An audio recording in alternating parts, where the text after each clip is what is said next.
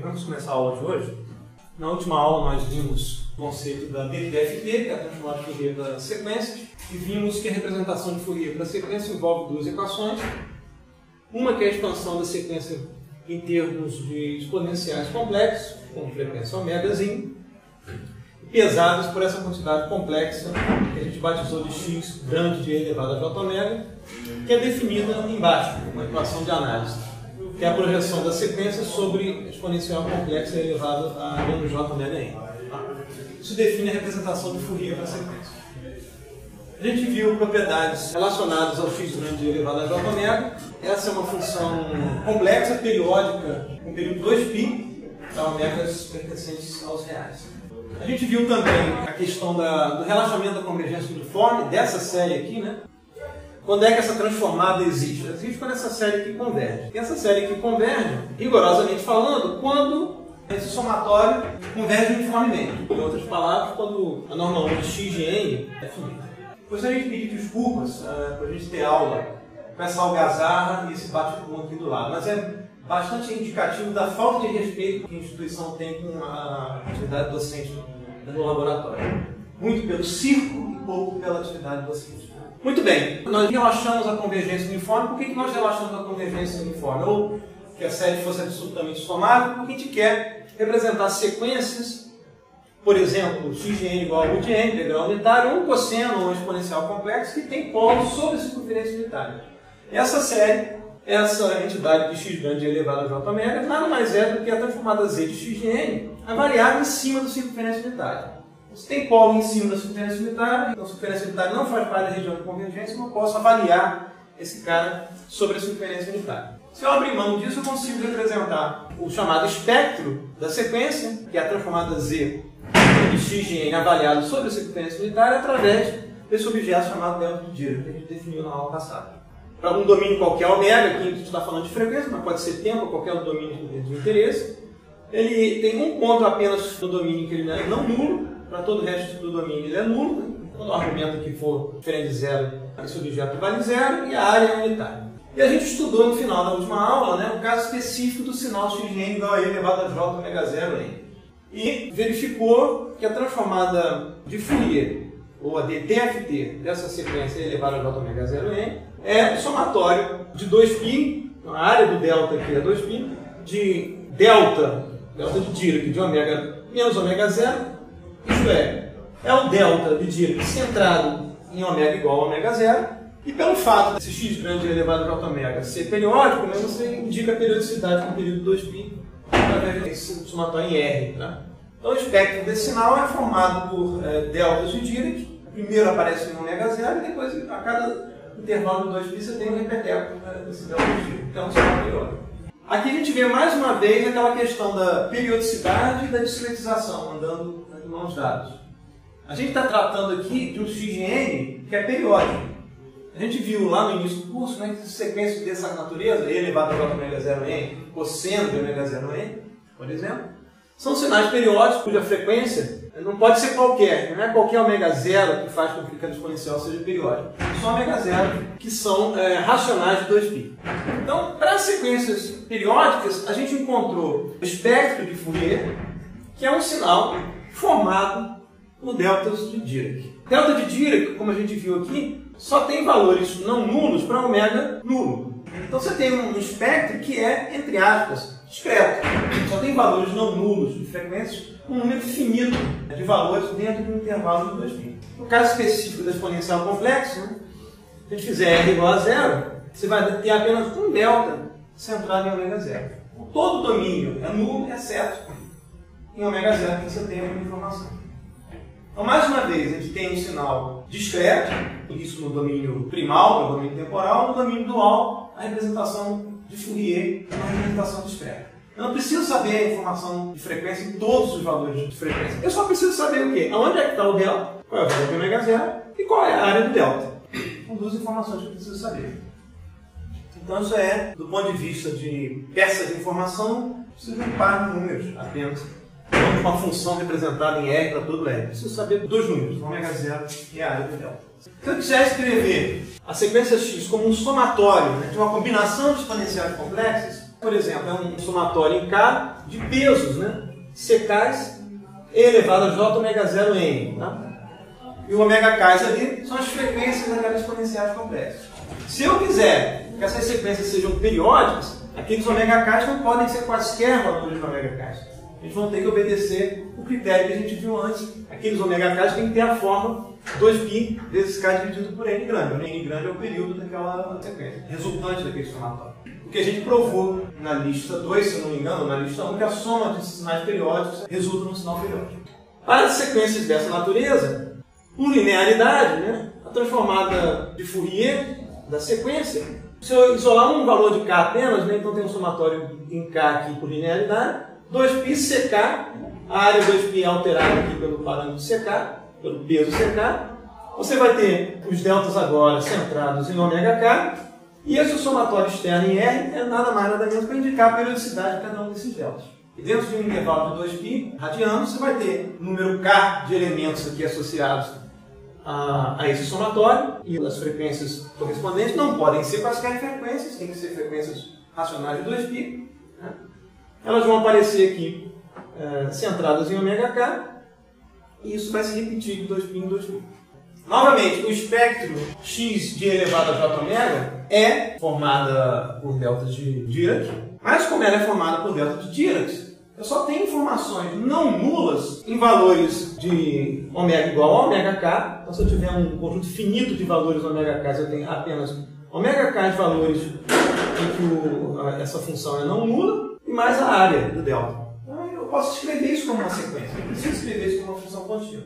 Novamente, sinal periódico no domínio primal é uma representação discreta no domínio dual, que é o domínio de Fourier. Essa relação entre periodicidade e discretização ela é fundamental. A gente já viu que esse cara aqui, esse espectro, ele é periódico em ômega, que eu estou partindo de uma sequência que é discreta no tempo. Sequência discreta no tempo, domínio primal discreto, domínio dual periódico. Se além de discreto, o domínio primal é periódico, esse cara, além de periódico, passa a ser discreto também. Isso vai ser a base do conceito de série de Fourier. Então vamos ver agora o caso geral em que eu não tenho sequências da classe de combinação linear de exponenciais complexas. Eu tenho sequências periódicas. Tá? E o que a gente viu acerca de sequências periódicas lá no início do curso? Uma sequência de x de n é periódica, né? Se ela é igual, x de n é igual a x de n mais um n grande para todo nzinho pertencente aos inteiros e n grande para os naturais. Se o sinal x de n é periódico, né? A representação de Fourier vai ser simplificada. Ao invés de você ter a transformada de Fourier, você vai representar isso através da série de Fourier. Então, a série de Fourier não é para qualquer sequência. A sequência tem que ser periódica. Então, a representação de Fourier passa a ser simplificada. Então, vamos ver que, de fato, né, se o sinal for periódico, né, eu consigo escrever o x de n, né, através de duas equações que formam a representação de Fourier, substituindo a integral por um somatório, e de modo que eu consiga escrever o x de n como uma combinação linear de exponenciais complexos. Então, o x de n é periódico, então o x de n é igual a x de n mais n grande. Isso é verdade. Não posso questionar isso aí. Quem é o espectro de x de n? É o x de elevado a j ômega, é a dtft do x de n. Você pode escrever que isso aqui é dtft, é um operador linear do x de n. Isso aqui é igual, por definição, ao somatório para todo n inteiro de x de n e elevado a menos j ômega n. Nada mais, nada menos que a particularização da transformada z de x de n avaliada aqui para z igual a e elevado a j ômega. Muito bem, quem mais eu posso escrever acerca disso aqui? Posso modificar essa expressão levando em consideração que o x de n é igual a x de n mais n grande, ok? Então posso escrever isso aqui e substituir o x de n por x de n mais n grande. Isso aqui é x de n mais n grande. Isso aqui nada mais é do que o próprio x de n, que o sinal x de n é periódico, e elevado a menos j ômega 0 n. Eu vou simplesmente subtrair n grande de n, tá ok? Como esse n aqui, nzinho varre todos os inteiros, não vai fazer diferença nenhuma na face do somatório. Vou subtrair n grande de todo mundo aqui. Então isso aqui vai continuar sendo um somatório em n. Eu estou somando de menos infinito para mais infinito. De quem? De x de n E elevado a menos J, ômega N, menos N grande. Tá? Se quiser formalizar isso, você faz um aumento de variáveis, né? Chama L, por exemplo, de N mais N grande, você vai encontrar algo ali em L. O que mais eu posso escrever acerca desse somatório? Eu posso reescrever esse cara aqui de outra forma. Isso aqui nada mais é do que o somatório em N, de x de N, elevado a J, ômega N. Isso aqui é uma exponencial complexa. Se eu somar aqui um argumento 2π, eu não vou alterar, né, o valor da exponencial complexa. Eu dei uma volta completa de 2π para qualquer k inteiro, tá? Eu não altero o valor da exponencial. Agora eu vou comparar, né, essas duas equações. Essas duas equações têm que ser iguais. Só reescrever esse cara e desenvolver aqui para chegar lá. Você vê que você tem um somatório de x de n, o somatório de x de n. Essas exponenciais complexas têm que ter o mesmo argumento. Então, a gente vai ter o argumento dessa exponencial complexa ômega n mais 2π, multiplica k, vai ter que ser igual a... Tem um menos aqui que faltou, né? Vai ser igual a quê? Isso vai ser igual a ômega n, né? Mais um ômegazinho n grande. Tem sinal negativo dentro do parênteses? Bem, sim. A gente pode escrever, então, ômega n mais 2πk vai ser igual a ômega n menos ômega n grande. Essa parcela se cancela nessa parcela, e o ômega vai ser igual a... Deixa eu explicar sobre n negativo, né? Então vai fazer nenhuma diferença se positivo ou negativo. Conclusão que a gente chega é o seguinte: se você tiver um sinal periódico, um período n grande, as frequências de interesse não são quaisquer, elas são necessariamente racionais de 2π. E o racional do 2π vai envolver o período do sinal de interesse n grande.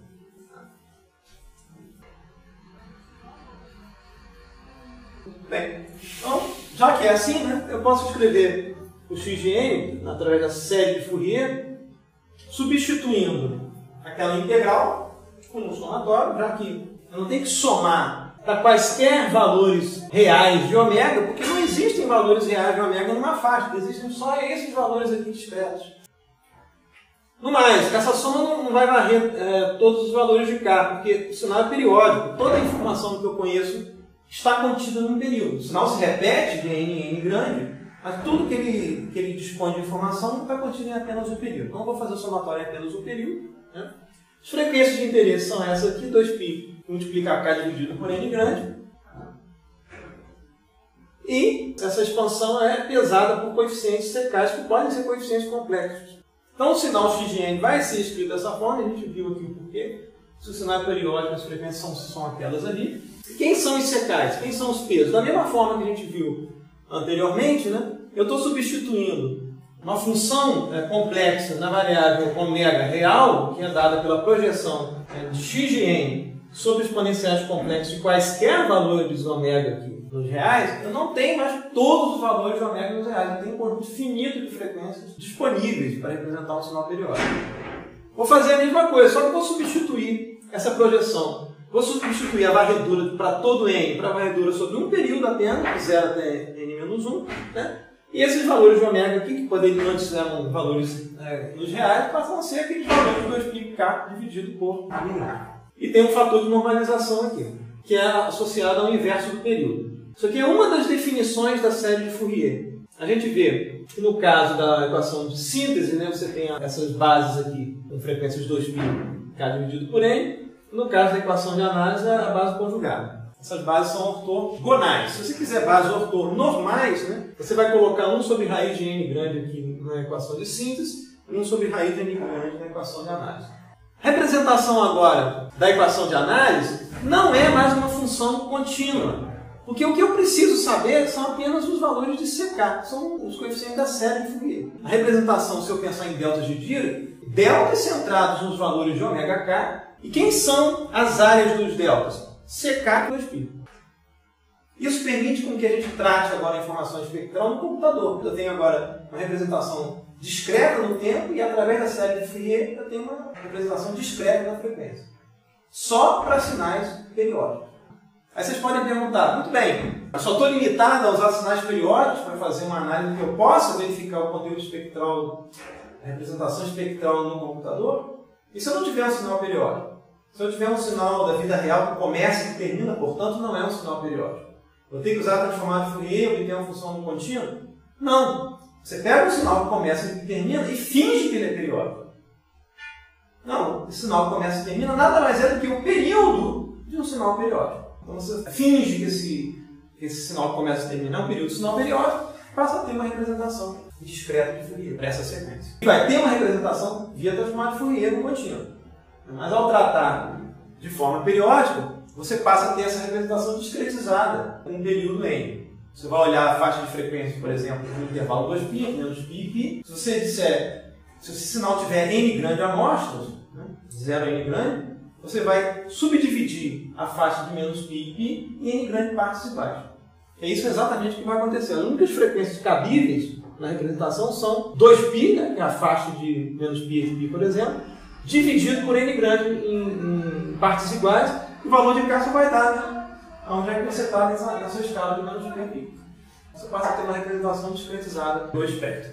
A série de Fourier é elemento fundamental de uma outra representação de Fourier que a gente vai ver, que é a transformada de Fourier discreta. A gente acabou de ver a transformada de Fourier para sinais discretos. A gente vai ver uma outra representação que é a transformada de Fourier discreta, que nada mais é do que a série de Fourier disfarçada. Isso aqui que a gente está vendo é DTFT.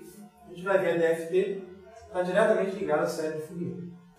Bem, da mesma forma que a gente viu tabelas de pares comuns da transformada Z, há tabelas de pares comuns para a DTFT. Com os sinais básicos, né, deltas deslocados, A elevado a N. Em alguns casos você vê diretamente a relação entre a sequência no tempo, o espectro associado e a transformada Z associada, né? A elevado a N e U de N, a gente viu que tinha como transformada Z 1 dividido por 1 menos A, Z elevado a menos 1. É só substituir o Z elevado a menos 1 por quem é Z particularizado, isso é elevado a menos ômega. Em outros casos você tem situações mais interessantes, como por exemplo a transformada Z de U de N, tem só esse termo aqui, né? Na hora que você faz, o espectro aparece também uma parcela aqui, ou várias parcelas aqui de delta centrados em ômega igual a zero. O de N oscila. Não, o de N tem um transitório que é 0, de repente ele sobe para 1. Né? Uma vez, se você esquecer o transitório, isso é um sinal constante. Se é um sinal constante, a frequência de oscilação é nula, menos a transição. Né? Então faz sentido, né, que você tenha um somatório aqui associado com deltas presentes em ômega nulo. Por que eu estou falando ômega nulo? Porque 2π que multiplicam um inteiro K, para K igual a 0 eu estou na frequência 0, para K igual a 1 estou na frequência 2π, do ponto de vista de argumento de cosseno de exponencial complexo, eu estou sempre no mesmo lugar, na frequência nula. Isso aqui é chato de demonstrar, se tiver paciência para tentar encontrar essa relação. Mais outras relações que a gente viu ao longo do curso. N mais 1 que multiplica A elevado a N de N, a gente já viu atrás, né, que era a convolução de duas respostas impulsivas de primeira ordem. A elevado a N de N convoluída de maneira mesma. E olha o que a gente observa aqui associado ao espectro resultante. É 1 dividido por 1 menos A, isso aqui seria Z menos 1 na transformada Z, ao quadrado. Porque esse operador aqui, 1 menos A que multiplica Z menos 1, é o operador do sistema de primeira ordem que é aplicado à saída. E você está aplicando isso duas vezes, convoluindo uma resposta possível pela mesma, no domínio transformado, a multiplicação do domínio da frequência aparece aqui o operador do sistema ao quadrado, que é a multiplicação do operador associado ao A de Z, né, multiplicado por ele mesmo. Outras sequências interessantes, né, que a gente vai usar ao longo do curso, aparecem aqui. Por exemplo, se a gente tem o x de n com uma janela temporal retangular, isso produz no domínio da frequência um sinal que é do tipo seno de ômega que multiplica n mais m1 dividido por 2, na fase dividido por um fator seno aqui. Isso tem cara de função que a gente chama de seno cardinal, que é a função π, que a gente vai ver logo logo. Isso aqui é similar ao quê? A resposta impulsiva do sistema média-móvel. Se a gente esquecer o escalamento do sistema média-móvel, você tem 1 dividido pelo tamanho n mais 1. Né? Aqui a gente removeu esse pré-escalamento pela média aritmética. Né? No caso do sistema média-móvel, de uma determinada ordem, a gente viu que há uma curva dessa natureza aqui. Tá? na magnitude. A gente está olhando essa curva aqui como um sinal complexo. Tem uma frase aqui complexa, né? Isso é escrito dessa forma. Então, é chamado da classe de funções de seno cardinal. O contraparte dual é verdade, né? Se você tem no domínio da frequência um sinal que é uma janela na frequência, no domínio do tempo você tem seno de ômega ser n dividido por n, que é uma sequência do tipo sinc também, no discreto. Esses dois sinais têm a mesma cara, só que no caso aqui contínuo, nesse caso aqui discreto, esses dois sinais têm a mesma cara. Sinc de um domínio T qualquer, contínuo, ela é definida como seno de π que multiplica t dividido por πt. Esse 1 sobre π aqui nada mais é para que a área dessa função seja unitária, nada mais do que isso. Essa função tem área unitária, se você integrar no domínio, a função tem área unitária. Pela análise do numerador e do denominador, você tem seno de π que multiplica t, essa função vai passar por zeros quando t for inteiro. Seno e cosseno, né? Toda vez que você passar por múltiplos inteiros de π, a função vai valer zero. Qual o ponto em que eu tenho que me preocupar que o denominador vem para zero? Quando t é igual a zero. Quando t é igual a zero, eu tenho seno de zero no numerador, que é zero no numerador, dividido por zero. Eu tenho uma indeterminação zero sobre zero. Vou aplicar a regra do L'Hopital e vou encontrar, né, que em zero o sinal tende a 1. Se a gente plotar esse sinal, ele tem essa cara. Tempo aqui na horizontal, seno de πt dividido por πt. Passa por zero aqui para valores inteiros, de t igual a 1, 2, 3, menos 1, menos 2, menos 3. Em zero, onde era a indeterminação, a gente descobriu que o L'Hopital, a função vale 1. Então seria um seno, né, a função oscilatória, em que eu multiplico por 1 sobre t. Ela decai 1 sobre t em amplitude. Eu posso, através dessa função, gerar o delta de Dirac, que ela é uma outra função geradora do delta de Dirac. A gente viu um pulso, a gente viu a gaussiana, essa também é uma função geradora do delta de Dirac. Se a gente fizer o limite de A tendendo a zero do seno de t sobre A, o que vai acontecer? Olha, o A está tendendo a zero, né? Eu estou fazendo aqui 1 sobre A, o inverso de A fica grande quando A tende a zero. Logo, né, se eu estou fazendo um fator que multiplica t, né, do sinc de t, eu estou nada mais, nada menos fazendo uma compressão no domínio da função. Foi o que a gente viu antes, alguma parte do curso. Eu tenho uma função f de t, por exemplo, triangular assim. Quem é a função t igual a zero? Quem é a função f de 2t? Vai ser uma versão comprimida por 2 aqui da função original. Ora, se você está fazendo uma compressão por um fator que está tendendo ao infinito aqui, e A está tendendo a zero, sobre A está tendendo ao infinito, você vai comprimir maximamente essa função. Você vai ter uma densidade absurda de zeros aqui tendendo a completar todo o domínio. Essa compressão simplesmente comprime essa função. A altura dela fica exatamente a mesma. Quando eu faço a compressão, eu estou alterando a área da função. Para manter a área constante, né, eu escalo 1 sobre A, justamente para manter a área unitária. No limite, ele aproxima o delta de Dirac. No domínio discreto, a função sinc de n menos k é idêntica ao delta de n menos k. Bem, a gente viu que o espectro de Fourier é uma função periódica com período 2π complexa. E a gente viu lá atrás que funções podem ser decompostas em parcelas pares e ímpares. Agora a gente vai estender esse conceito, né, no caso geral, para funções que têm valores complexos. Seja no domínio temporal ou seja no domínio espectral. Então a gente vai chamar de função complexa simétrico-conjugada se valer essa relação. Eu estou chamando subíndice E, no caso de uma sequência de valores complexos em x, no tempo, né, para lembrar que isso aqui nada mais é do que a generalização da sequência do tipo par. E o subíndice O, para lembrar que é a sequência do tipo ímpar. Odd no inglês e even no inglês, tá? Para par ímpar. Então a sequência vai ser dita, a função vai ser dita complexo simétrico conjugado, né, se o x de n for igual a x asterisco menos n. Mesma coisa para o caso da sequência antissimétrica conjugada. O xo de n vai ser o menos xo de menos n complexo conjugado. Isso vale para funções no tempo ou na frequência, desde que elas sejam complexas.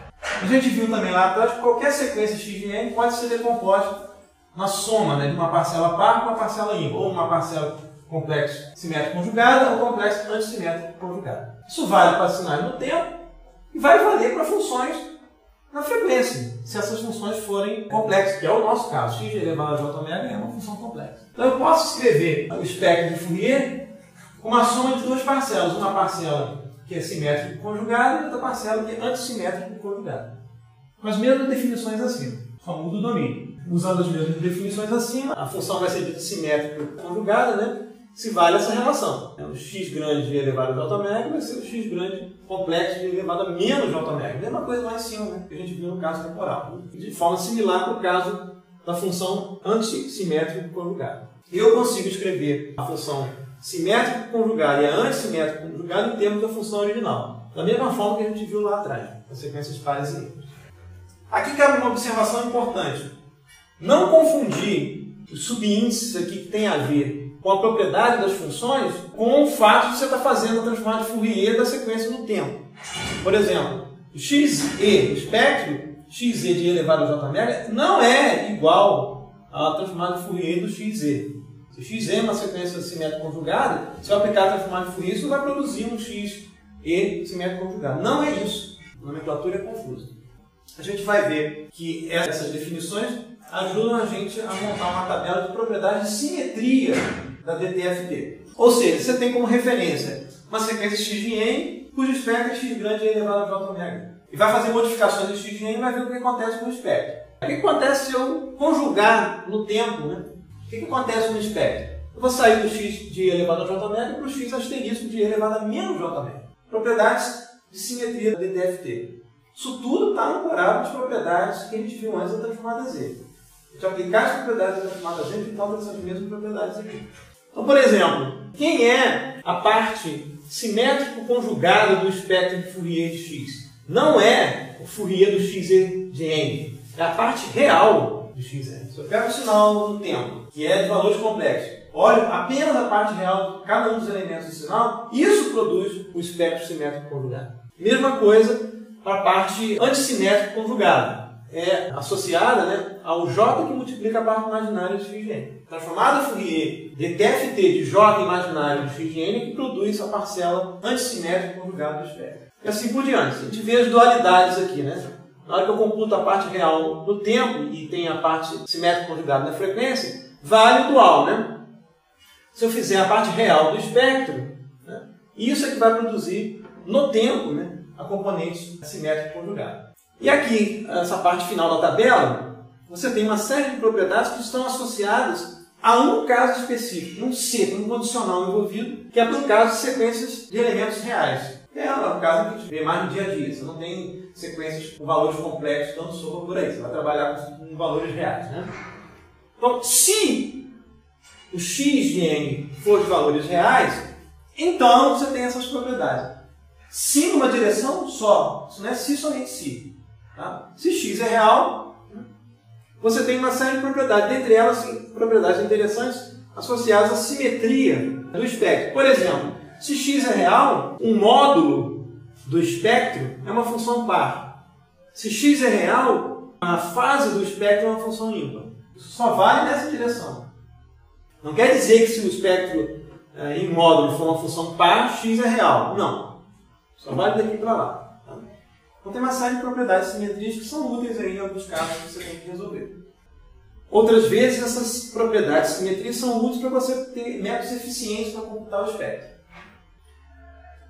Além das propriedades de simetria, a gente tem as propriedades da própria DTFT, que são basicamente cópias xerox das propriedades da transformada Z.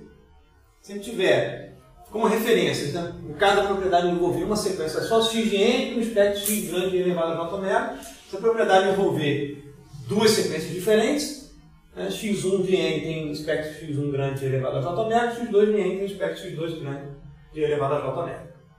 Propriedade de linearidade, né? Se eu tenho a combinação linear de duas sequências, os espectros serão a mesma combinação linear dos espectros respectivos. Deslocamento temporal, se eu saio de x de n para x de n menos n0, transformada z, isso aqui seria z elevado a menos n0, substituo z por e elevado a j omega e encontro aqui o que acontece com o espectro original. Esse é o espectro original de x, eu só altero aqui o quê? Fase, né? A magnitude continua igual. A alteração linear de fase. Né? Que a fase desse cara aqui é ômega n0. Isso aqui é uma função linear em ômega. Né? Faz sentido, não estou alterando a magnitude do sinal, só estou deslocando o sinal no tempo. Agora fica mais clara a nomenclatura de modulação da frequência. Eu estou multiplicando uma sequência original x de n por e elevado a j ômega 0 n. O que eu vou fazer com o espectro? Se eu fizer as contas, né? Isso vai ser o espectro de x de e elevado a j ômega dividido por e elevado a j ômega 0, que nada mais é do que eu deslocar o espectro original, que era e elevado a j ômega, de ômega 0. Diferenciação da frequência, a gente viu a mesma coisa no caso da transformada Z. Reversão temporal, aqui a gente viu a mesma coisa, são propriedades que tem que estar compatíveis com as que a gente viu na transformada Z. Aqui eu separei em duas partes, dependendo do caso de x ser complexo ou x ser real. Reversão no tempo, em duas situações. Convolução linear de sequência, a gente viu que convolução no domínio do tempo é a multiplicação das transformadas Z. Então, no caso particular aqui da transformada de Fourier, vai ser a multiplicação dos espectros. E vai valer o dual, né? Se eu tiver multiplicação no tempo, eu vou ter convolução dos espectros, no domínio contínuo das frequências. Tem o teorema de Parseval, que é de conservação de energia. A energia do sinal a gente viu lá atrás no curso, que é o somatório para todo n, né? Os elementos em módulo de x elevados ao quadrado, nada mais é do que o quadrado da norma 2. Vai ser exatamente igual 1 sobre 2π da integral num período entre menos π e π, de quem? Do módulo ao quadrado do espectro nesse intervalo de 2π adiante, integral em ômega.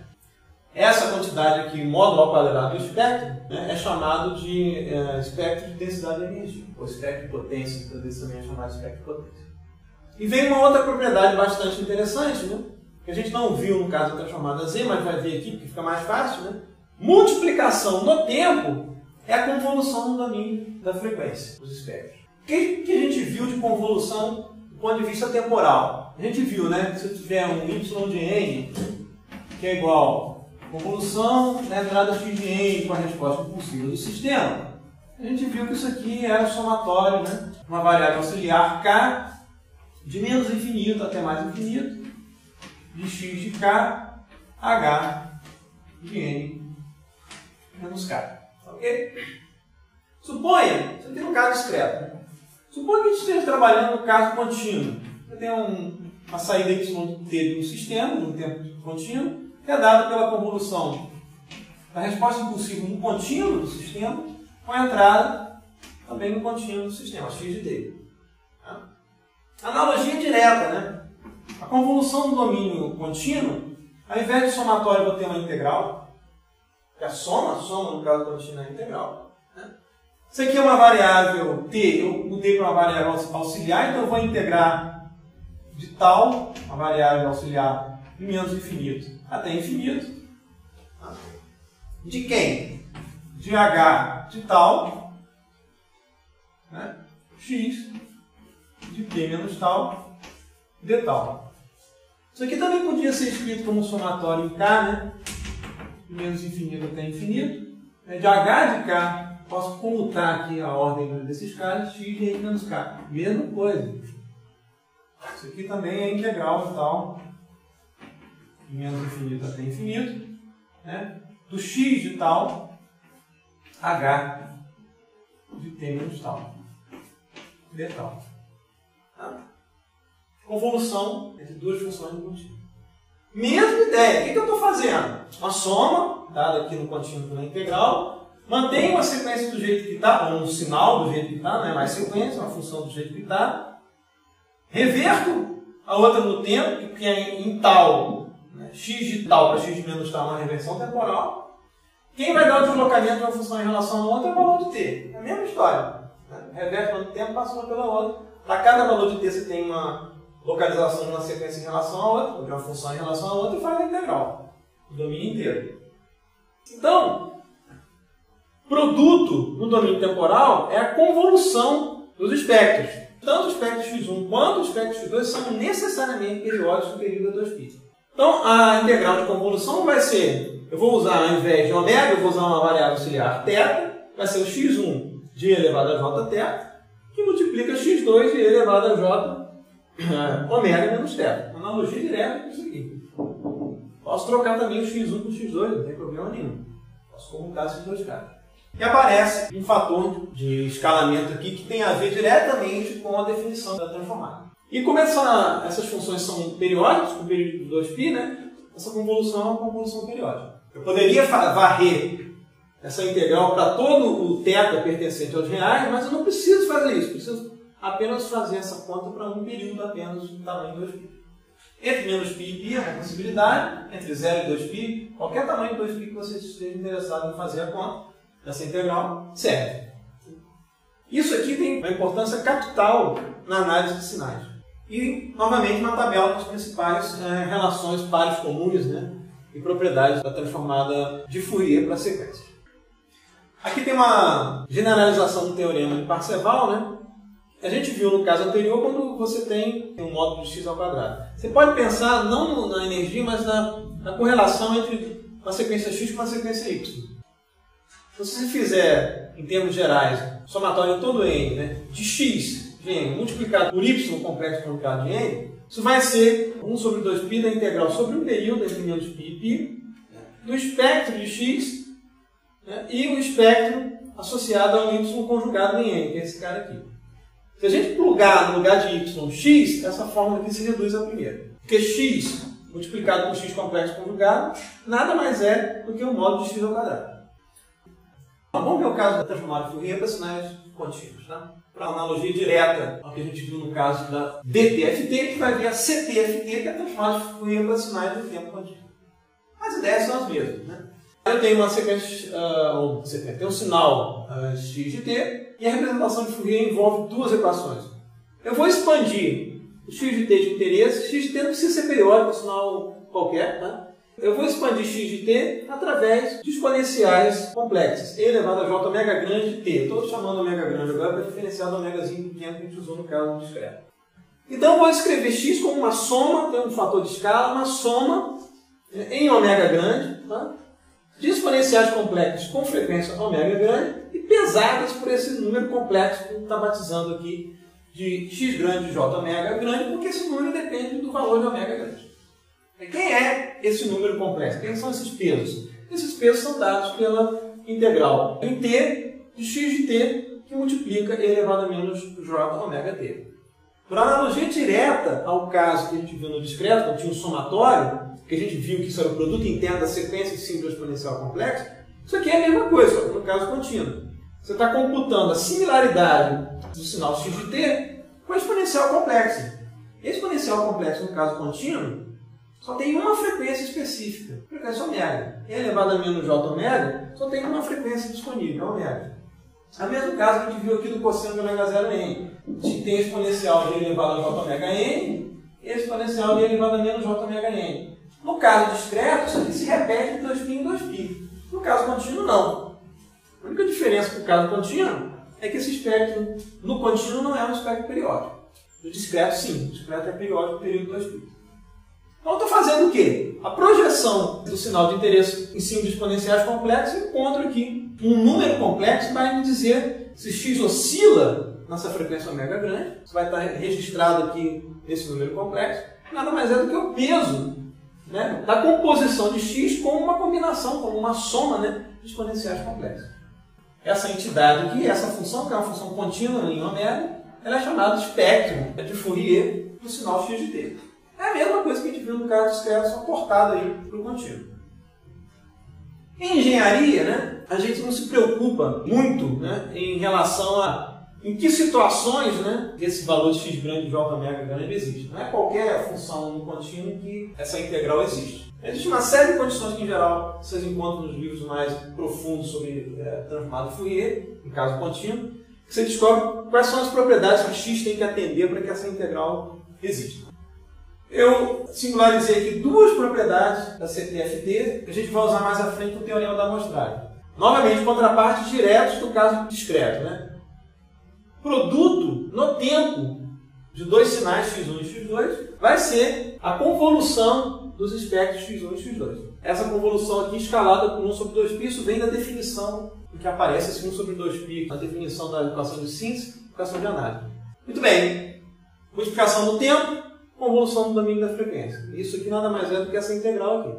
Note que agora, no caso de sinais em tempo contínuo, a integral não é feita apenas entre menos π e π, ou entre um intervalo de 2π. Eu tenho que fazer isso para todo o ômega, ou todo o θ, a variável auxiliar ali é o θ. Por quê? Porque esses espectros não são mais espectros periódicos. Da mesma forma, existem simplificações da transformada de Fourier, dos sinais em tempo contínuo, para o caso particular em que você tem sinais que são periódicos. Se o sinal é periódico no tempo contínuo, a representação de Fourier vai ter que ser discreta. X é contínuo, né? O espectro também é contínuo. No caso de X periódico, o espectro vai ser discreto. Eu não preciso representar o espectro através de uma função contínua. Vou representar o espectro através de deltas de Dirac. E onde é que estão os deltas de Dirac? Vão estar nas frequências ômega que multiplica K, senão aqui não é ômega subíndice K, aqui é ômega K. Aí eu vou representar o X periódico através de uma combinação linear com pesos secais aqui de E elevado a J ômega K. Esse ômega não é qualquer. Esse ômega tem a ver com o período T grande do sinal de interesse. O período T grande do sinal de interesse vai ser 2π dividido por ômega. E o período T grande, no caso contínuo, é sempre o inverso da frequência F dada em Hertz. A gente viu que isso não vale no caso discreto, mas no caso contínuo vale. Então, para um sinal com período T, logo as frequências aqui possíveis para o espectro do sinal resultante, né, vão ser sempre múltiplas inteiras, né, de ômega grande. O espectro é discreto, eu só preciso saber quem são os coeficientes da série de Fourier, que vão ser dados nada mais do que uma proporção 1 sobre T grande, da integral sobre um período, eu escolhi aqui entre menos T sobre 2 até T sobre 2, mas poderia ser de 0 até T grande. De quem? Na projeção de x sobre quem? Exponenciais complexos. Em quaisquer frequências? Não. Só aquelas possíveis de existir, que são ômega multiplicando K.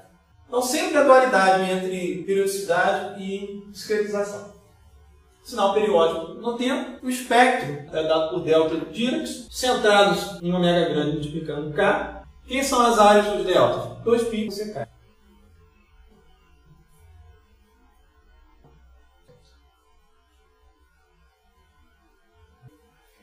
Isso aqui, né, a parte transformada de Fourier de sinais discretos, tem a ver com a particularização da transformada de Laplace associada ao sinal x de t. Aqui a transformada z, definida como o quê? X de z, né? Como sendo somatório em n, de x de n, z elevado a menos n. Não é isso? N pertencente aos inteiros, né? Quem é o z? Z não é uma variável qualquer. Z é um número complexo de raiz R e ele fase ômega. Transformado de Laplace no sinal x de t, isso vai ser, não dá para fazer somatório mais, vai ter que ser uma soma através da integral de quem? De x de t, que é o sinal no tempo contínuo, dt. É a mesma ideia. E S vai ter que ser o quê? Um número complexo. Só que o S vai ser definido como tendo uma parte real e parte imaginária. Da mesma forma que a gente viu no caso da transformada Z, o x de S vai poder ser escrito como um n de S, numerador, um polinômio em S, no numerador, e um polinômio em S, no denominador. Zeros de n de S, zeros da transformada de Laplace. Zeros de d de S, polos da transformada de Laplace.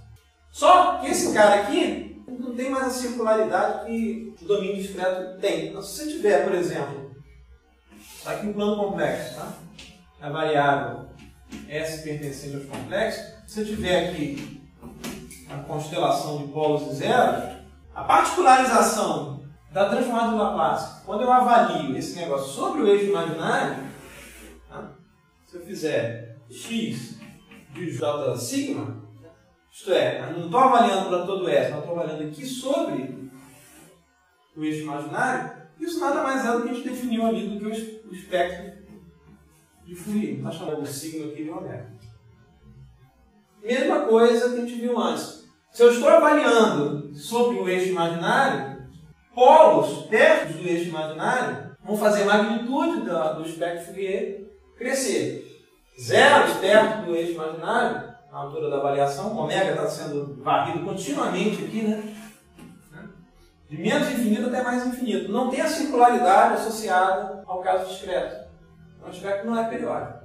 Se eu tiver um zero em cima do eixo imaginário, a magnitude vem para zero aqui. Se eu tiver um polo em cima do eixo imaginário, a magnitude explode. São os casos em que a transformada de Fourier para sinais em tempo contínuo não existe. Aquela integral não existe. Então você tem toda a analogia do caso contínuo com o caso de espectro.